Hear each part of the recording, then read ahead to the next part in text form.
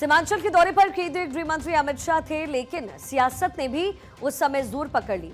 Border इलाकों की सुरक्षा समीक्षा को लेकर हो रही बैठकों के बीच विपक्ष ने उनके इस दौरे के मकसद पर सवाल उठाए। आरजेडी इसे सियासी एजेंडा बता रहा है, जबकि सत्ता पक्ष का कहना है कि पूरी तरीके से सुरक्षा से जुड़ा सरकारी कार्यक्रम है। तो क्या सीमांचल का ये दौरा सिर्फ सुरक्षा समीक्षा है या इसके पीछे छिपा है कोई बड़ा राजनीतिक संदेश? एक रिपोर्ट देखिए।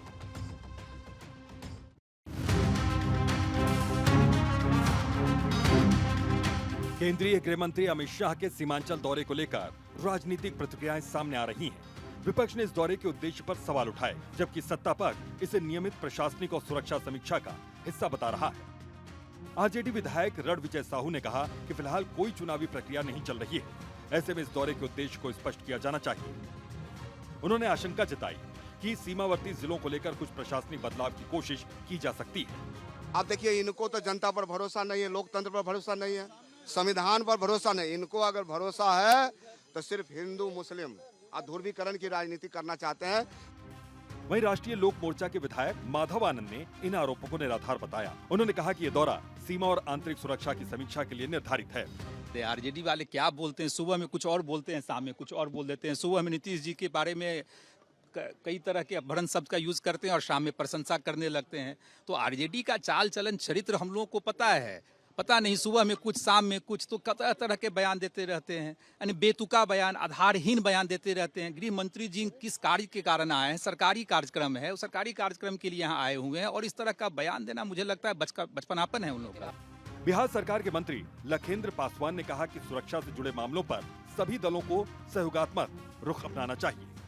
बंगाल और दूसरी तरफ जो है एक साइड से नेपाल, और दोनों तरफ से जिस प्रकार घुसपैठिया बिहार के अंदर प्रवेश कर रहे हैं और सीमांचल के क्षेत्र में जिस प्रकार जो है घुसपैठियों की संख्या बढ़ती जा रही है, उस आधार पर भारत के गृह मंत्री जी आए हैं और बिहार सहित पूरे देश में कहीं से कोई घुसपैठिया का प्रवेश नहीं हो और हमारा देश पूरी तरह सुरक्षित रहे, हमारा राज्य पूरी तरह सुरक्षित रहे, इसका चिंता कर रहे हैं। एलजेपी रामविलास के विधायक राजू तिवारी ने सीमा सुरक्षा को लेकर केंद्र सरकार की पहल का समर्थन किया।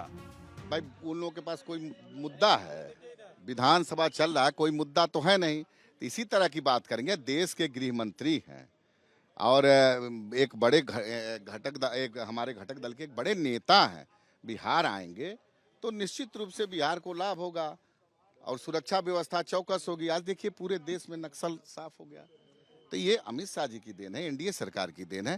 तो इन लोगों को तो कानून की बात करने लगे। अमित शाह 25 से 27 फरवरी तक किशनगंज, अररिया और पूर्णिया में रहेंगे। इस दौरान सीमावर्ती 7 जिलों के डीएम और एसपी के साथ बैठकें प्रस्तावित हैं। साथ ही एसएसबी, ईडी, एनआईए और राज्य के वरिष्ठ अधिकारियों के साथ भी समीक्षा बैठक होगी। दौरे का मुख्य फोकस सीमा पार से होने वाली अवैध गतिविधियों की रोकथाम और सुरक्षा व्यवस्था की समीक्षा बताया जा रहा है।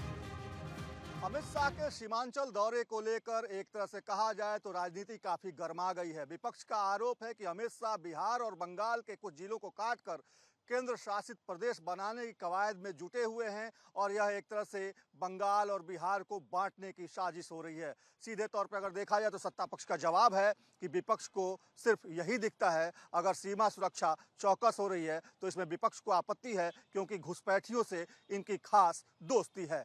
अपने सहयोगी मृत्युंजय के साथ सर्वेश कुमार सिंह, भारत 24, पटना।